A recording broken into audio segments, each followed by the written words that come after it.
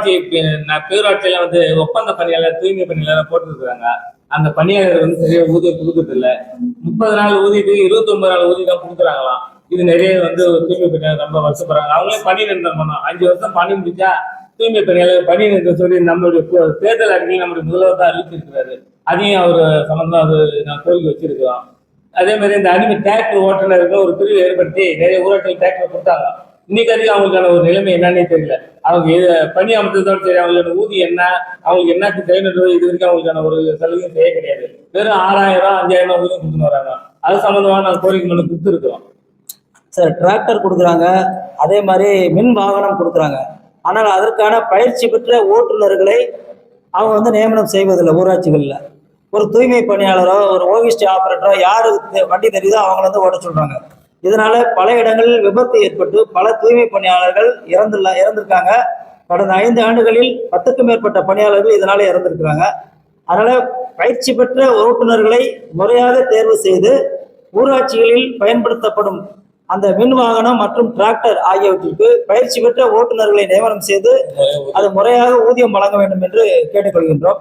அதே போல சுகாதார ஊக்குநர்கள், ஊரக வளர்ச்சித்துறையில மோட்டிவேட்டர் என்று அழைக்கக்கூடிய சுகாதார ஊக்குநர்கள்ல 13000 பேர்ல 2000 பேர் அந்தந்த ஊராட்சி மன்ற தலைவர்களால் பணி நீக்கம் செய்யப்பட்டு அவங்க இன்னைக்கு வேலை இழந்து நிற்கிறாங்க. அந்த பாதிக்கப்பட்ட ஊக்குநர்களுக்கு மீண்டும் பணி வழங்க வேண்டும் என்று கேட்டுக்கொள்கின்றோம். அதே மாதிரி பேரூராட்சியில ஒப்பந்த பணியாளர் தூய்மை பணியாளர் போட்டுருக்காங்க. அந்த பணியாளர் சரியா ஊதியம் கொடுக்கறது இல்ல.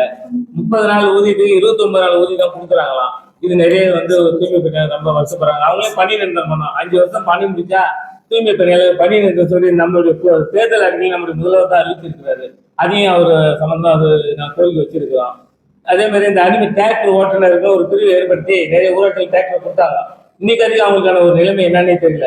அவங்க பணி அமைச்சதோடு சரி, அவங்களோட ஊதியம் என்ன, அவங்களுக்கு என்னத்துக்கு செய்யணும், இது வரைக்கும் அவங்களுக்கான ஒரு சலுகையும் செய்ய கிடையாது. வெறும் 6000 5000 ஊதியம் கொடுத்துன்னு வராங்க. அது சம்பந்தமா நாங்கள் கோரிக்கை மனு கொடுத்துருக்கிறோம். சார், டிராக்டர் கொடுக்குறாங்க, அதே மாதிரி மின் வாகனம் கொடுக்குறாங்க. ஆனால் அதற்கான பயிற்சி பெற்ற ஓட்டுநர்களை அவங்க நியமனம் செய்வதில்லை. ஊராட்சிகளில் ஒரு தூய்மை பணியாளரோ ஒரு ஓவிஸ்டி ஆபரேட்டரோ யாரு வண்டி தெரியுதோ அவங்கள ஓட்ட சொல்றாங்க. இதனால பல இடங்களில் விபத்து ஏற்பட்டு பல தூய்மை பணியாளர்கள் இறந்திருக்காங்க. கடந்த 5 ஆண்டுகளில் 10க்கும் மேற்பட்ட பணியாளர்கள் இதனால இறந்திருக்கிறாங்க.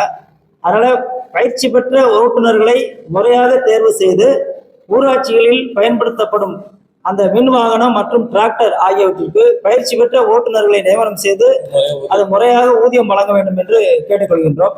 அதே போல சுகாதார ஊக்குநர்கள், ஊரக வளர்ச்சித்துறையில மோட்டிவேட்டர் என்று அழைக்கக்கூடிய சுகாதார ஊக்குநர்கள்ல 13000 பேர்ல 2000 பேர் அந்தந்த ஊராட்சி மன்ற தலைவர்களால் பணி நீக்கம் செய்யப்பட்டு அவங்க இன்னைக்கு வேலை இழந்து நிற்கிறாங்க.